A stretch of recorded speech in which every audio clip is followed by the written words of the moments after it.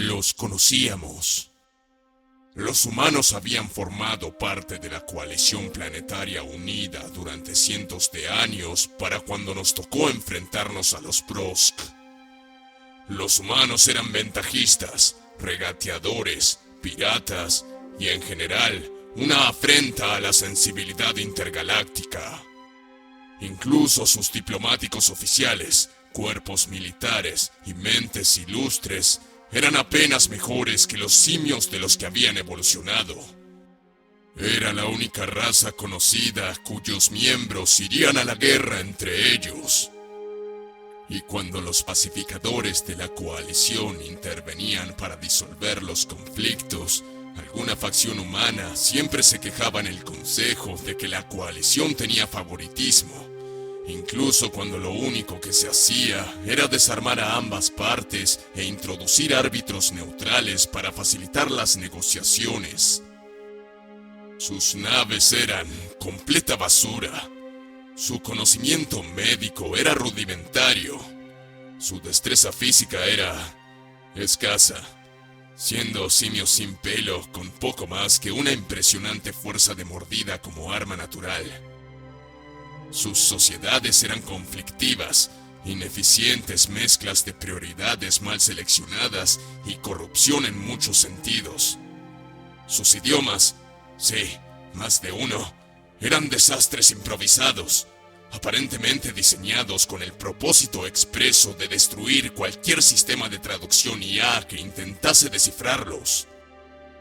En resumen, los humanos eran una molestia que la mayoría de especies opinaban que ingresaron a la coalición aprovechándose de su estado de civilización calificada, el cual obtuvieron con los estándares mínimos de prueba, además de su impresionante hazaña de alcanzar los viajes a velocidades superlumínicas por sí solos antes del primer contacto. Los conocíamos y pensábamos muy poco de ellos. Así que cuando los Prosk aparecieron y esterilizaron 3 mundos de la coalición, uno de los cuales era el único mundo habitado de una raza miembro nueva, y se emitió el llamado a la conscripción militar buscando los primeros voluntarios, nos sorprendió que las 3 primeras respuestas vinieran de humanos. Cuando el raro llamado a la conscripción se emitía, se esperaba una respuesta de los gobiernos miembros, y cada uno proporcionaría su ejército permanente y daría a los civiles la oportunidad de alistarse para el servicio. Pero eso no fue lo que hicieron los humanos, o al menos no exclusivamente. No fueron mundos o líderes humanos los que respondieron súbitamente. Esas primeras respuestas vinieron de 2 naves piratas y una estación de chatarra. Una condenada estación de chatarra estacionaria se ofreció como voluntaria al Consejo de la Coalición para el servicio. De las 56 respuestas que llegaron el primer día, 47 eran de tripulaciones humanas, estaciones, puestos avanzados y una de los propios líderes humanos. Fue un espectáculo vergonzoso de ineptitud y reforzó en la mente de muchas razas miembro que los humanos no servían para mucho más que actos entusiastas de violencia espontánea y fanfarronería. El número de sus respuestas no debería haber llenado de esperanza nuestra expectativa de participación. Sin embargo, aunque no esperábamos nada, aún así nos decepcionó la cantidad de naves que se reunieron. Se presentaron 193 naves, 75 de las cuales eran militares oficiales. Incluso los Krell, una especie monoplanetaria generalmente considerada pacifista, lograron reunir 360 naves sofisticadas. Fue una presentación tan mediocre que el comando de la coalición ni siquiera se molestó en incorporarlos en ninguno de los escuadrones principales. A la humanidad se le ofreció un papel que pensamos que les gustaría más de todos modos: cazadores de recompensas y corsarios. derribar naves Brosk y entregar la recompensa a cambio de pago. Nos sorprendió su respuesta casi infantil. El mando humano se mostró decepcionado, pero no argumentó nada al respecto. Lo que siguió para la humanidad fue verdaderamente vergonzoso. Los hangares de reparación y las salas médicas de la coalición reportaron visitas constantes de naves humanas, a veces teniendo que realizar reparaciones en la misma nave pocos días después. El daño siempre era desastroso y claramente unilateral. Nadie quería señalar la evidencia más vergonzosa en las reparaciones. La mayor parte del daño en el casco parecía estar en las colas de sus naves. Eran incompetentes, sí, pero más que eso, eran cobardes. Sin embargo, lo contrario a esto era el desdén humano por el bienestar personal. Los humanos que ingresaban para atención médica ignoraban los consejos de los profesionales médicos y regresaban cojeando a sus naves con muletas o con vendajes pesados o tablillas, aún envolviendo la lesión apenas días o semanas después del tratamiento. Era una broma en los muelles de reparación y en las salas médicas que las tres cosas que siempre encontrarías en un puerto de la coalición eran comida, alojamiento y humanos en estado deplorable. La guerra duró 2 ciclos. Ínfima en términos generales. Los Brosk resultaron ser oponentes inferiores, nunca capaces de mantener posiciones estratégicas por mucho tiempo, ni de recuperarlas una vez perdidas. La duración promedio de las guerras de la coalición era de 30 ciclos, gracias al desafío de sostener y fortificar un frente de batalla que abarcaba distancias interestelares. Estos conflictos solían pasar bastante tiempo sin avances, hasta que algún movimiento cuidadosamente calculado finalmente rompía la línea en algún lugar. Normalmente se esperaban grandes pérdidas en el frente planetario, pero aquí no hubo víctimas civiles aparte de la destrucción que desencadenó los 3 mundos de la coalición. Por supuesto, los Brosk no se fueron sin luchar. De hecho, lograron destruir en promedio 3 naves por cada una de las suyas.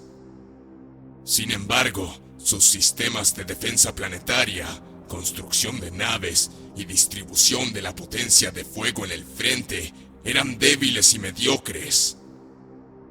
La fuerza humana había perdido el 50% de sus naves y había sufrido numerosas bajas al final. Además, nunca lograron entregar una sola recompensa. Si no fuera por las pérdidas humanas, habrían sido reprendidos y posiblemente impuestados para recuperar el gasto en recursos de reparación y médicos que causaron tan infructuosamente. Los Brosk y sus aliados firmaron su rendición a regañadientes. Un diplomático humano estuvo presente según el protocolo del Consejo. Mientras los Brosk eran escoltados fuera, uno de ellos pasó junto a la humana y le escupió a los pies. Pensábamos que era un acto aleatorio de despecho. La humana sonrió de manera burlona al pasar los Brosk. Esto también se consideró de mal gusto. Pasó otro ciclo para desarmar a los Brosk y recolectar las reparaciones. En los años siguientes, estudiamos detenidamente la inteligencia robada de los Brosk. Descifrar tanta información encriptada de tantos campos de batalla fue un proceso arduo. Las transmisiones de radio y audio codificadas fueron los primeros datos que pudimos escuchar de manera confiable. Nos sorprendió encontrar referencias constantes en las comunicaciones Brosk al desangrador. Aparecía en las comunicaciones Brosk de cada batalla importante, cada combate menor y relacionado con actos de sabotaje y espionaje a lo largo de la guerra. Según los relatos Brosk, este desangrador era una especie de monstruo. Aparecía tan a menudo que se tomaba como código Brosk para cualquier fuerza de la coalición que fuera considerada una amenaza de alto nivel. La noticia del desangrador se propagó entre los rangos militares de la coalición, a pesar de la naturaleza confidencial de la información. Cada hazaña filtrada del desangrador se compartía y cientos de soldados se atribuían con orgullo cada una. ¿El desangrador dejó inutilizadas las plataformas defensivas Brosk en Ericor 9? Solo pudo haber sido nuestro escuadrón Gorlo. Les lanzamos plasma en la tercera batalla y finalmente abrimos paso.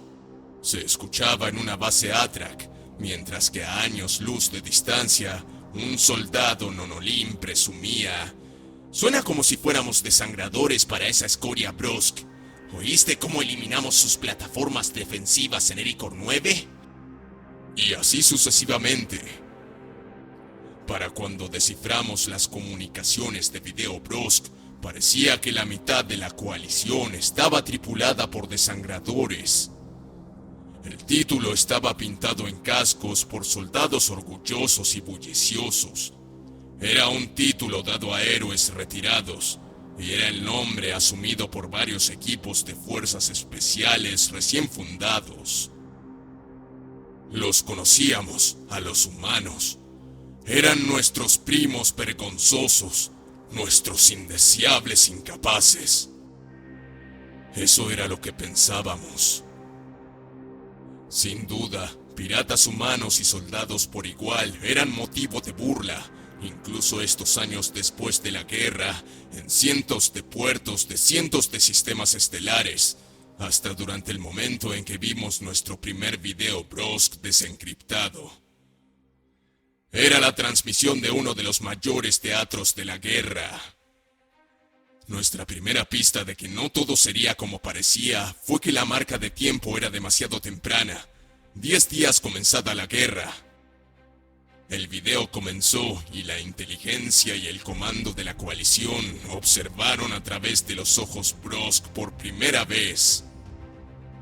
No fue mucho, era una cámara de seguridad en un hangar Brosk.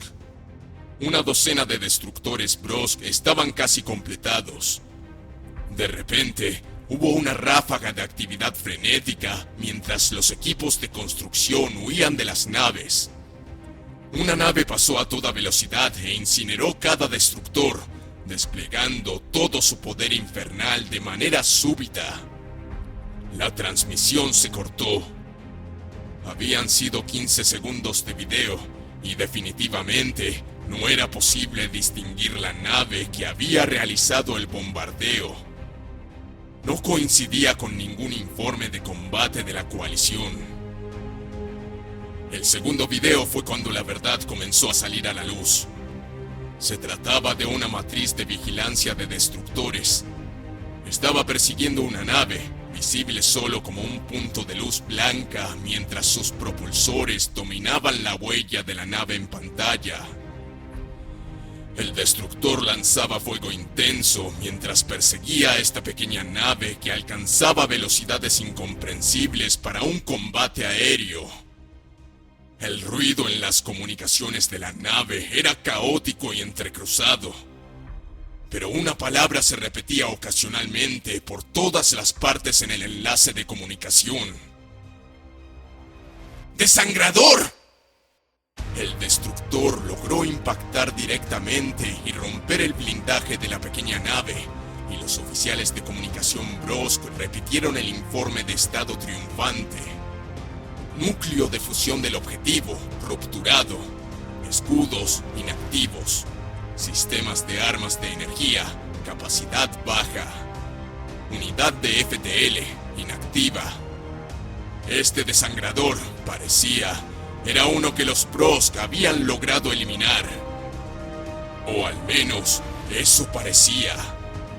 Luego de un minuto de resistir una brutal ráfaga de ataques sin escudo, la nave se elevó bruscamente, como si intentara escapar y huir del planeta. El destructor destructor la persiguió. Y justo cuando ambas naves atravesaban la atmósfera a toda velocidad, perpendicular a la gravedad, algo fue eyectado desde la nave pequeña. Las comunicaciones Brosk hablaban de ello de manera pasiva, asumiendo que la nave se estaba deshaciendo de peso. Para cuando sonó la alarma al darse cuenta de lo que era, ya era demasiado tarde. El último informe antes de que se cortara la transmisión fue este. ¡Carga eyectada identificada como núcleo de fusión terminal! ¡Alejarse! ¡Repito! ¡La carga eyectada es! La nave desangrador había eyectado su propio núcleo. No era exactamente un arma nuclear, pero definitivamente había una gran cantidad de energía inestable buscando salir. La nave desangrador activó sus propulsores con la energía de reserva para girar sobre su eje. Cuando se había dado la vuelta por completo, disparó un solo golpe de baja potencia. Se posicionó mirando hacia adelante y siguió volando. El rayo de energía atravesó el núcleo, el cual parece le añadieron un pequeño explosivo, y el núcleo explotó a solo metros del destructor Brosk. La transmisión se cortó. En el breve momento en que la nave había girado, se vio claramente un perfil. La nave era humana. A medida que se descifraban, se analizaban y establecíamos una línea de tiempo de los videos en los meses siguientes, los humanos nos humillaron una última vez. Pero esta vez no fue porque nos avergonzáramos, ni porque estuviéramos escondiendo a la raza primitiva por vergüenza. No, esta vez fue porque 193 naves, ahora se sabe que eran aproximadamente el 90% de las naves interestelares de vanguardia de la humanidad, estaban desplegadas por todo el teatro de guerra, realizando ataques salvajes y audaces contra objetivos estratégicos en todos los principales bastiones Brosk, sin respaldo después de que les negáramos apoyo de escuadrón.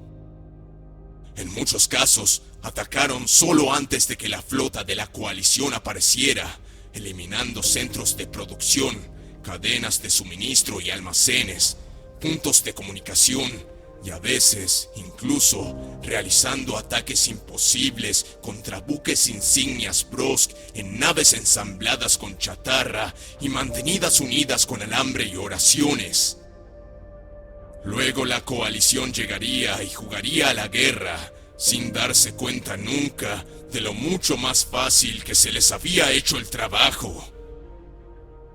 El desangrador no era un código para objetivos prioritarios.